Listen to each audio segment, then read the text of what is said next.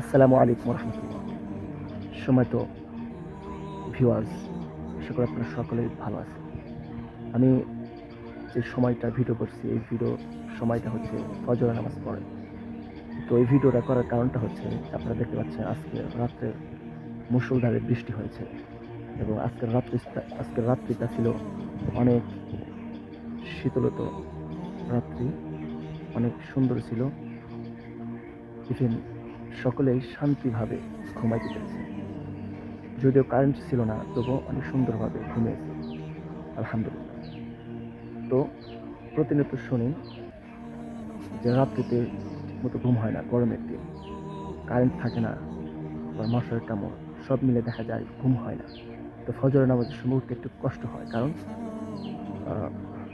রাতের বেলায় কারেন্ট থাকে না, দেখা যায় ফজরের সময় কারেন্ট আসে, আবার ওই সময়টা একটু ঘুম বেশি থাকে। এখন আমি এটা বোঝাতে চাচ্ছি যে গত রাত্রে অনেক সুন্দর একটা রাত ছিল, ঠান্ডা রাত ছিল, তো সবাই ঘুমাইতে পারছে। এখন যারা নামাজ পড়ে, প্রতিনিয়ত যারা নামাজি, তারা কিন্তু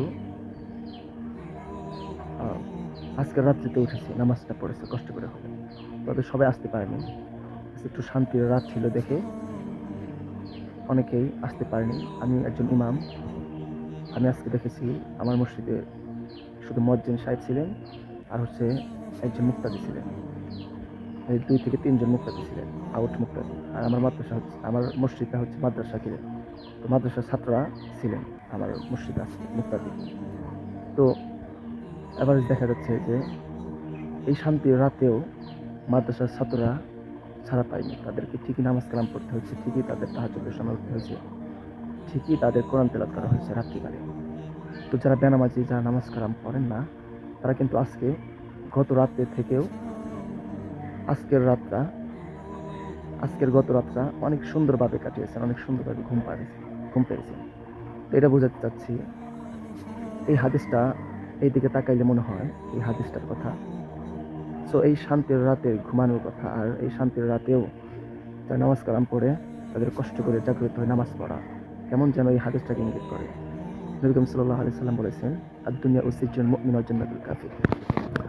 দুনিয়াটা হচ্ছে মুমিনদের জন্য জেলখানা, আর কাফিরদের জন্য হচ্ছে জান্নাত। তো এই হাদিসটাকে উপলব্ধি করতে গেলে দেখা যায় যে আজকের জন্য একদম মানে মিলে গিয়েছে। দেখুন, যারা নামাজ কালাম পড়েন না, তারা ঠিকই আজকে জান্নাতের নিয়ামত পেয়েছে, শান্তির ঘুম পেয়েছে। আর এই শান্তির ঘুম থেকে, অশান্তির ঘুম থেকে আপনার নামাজের জন্য উঠতে পারেন না, বরঞ্চ শান্তির ঘুম থেকে আরো উঠতে পারেন।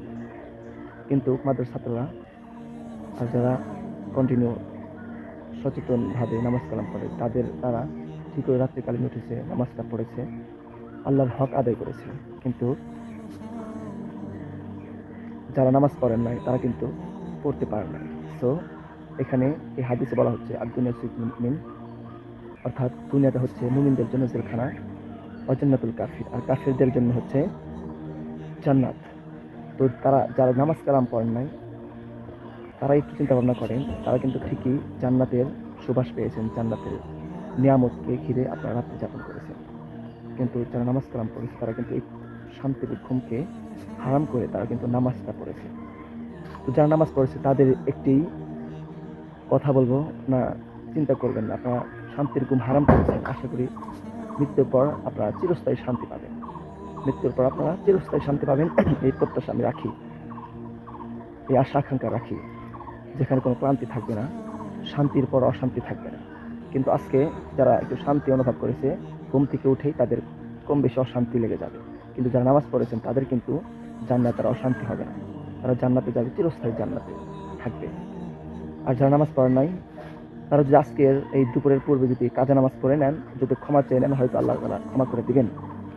কিন্তু যদি এই জোহর নামাজের পূর্বে মারা যান, তাহলে তো কুফরির অন্তর্ভুক্ত হয়ে মারা যাবেন, কারণ অজান্নাতুল কাফির, তারা দুনিয়াতে জান্নাতের স্বরূপ কাটিয়েছেন আজকের রাত্রিটা। সেই দিক থেকে বোঝা যাচ্ছে যে তারা ক্ষতিগ্রস্ত রয়েছে।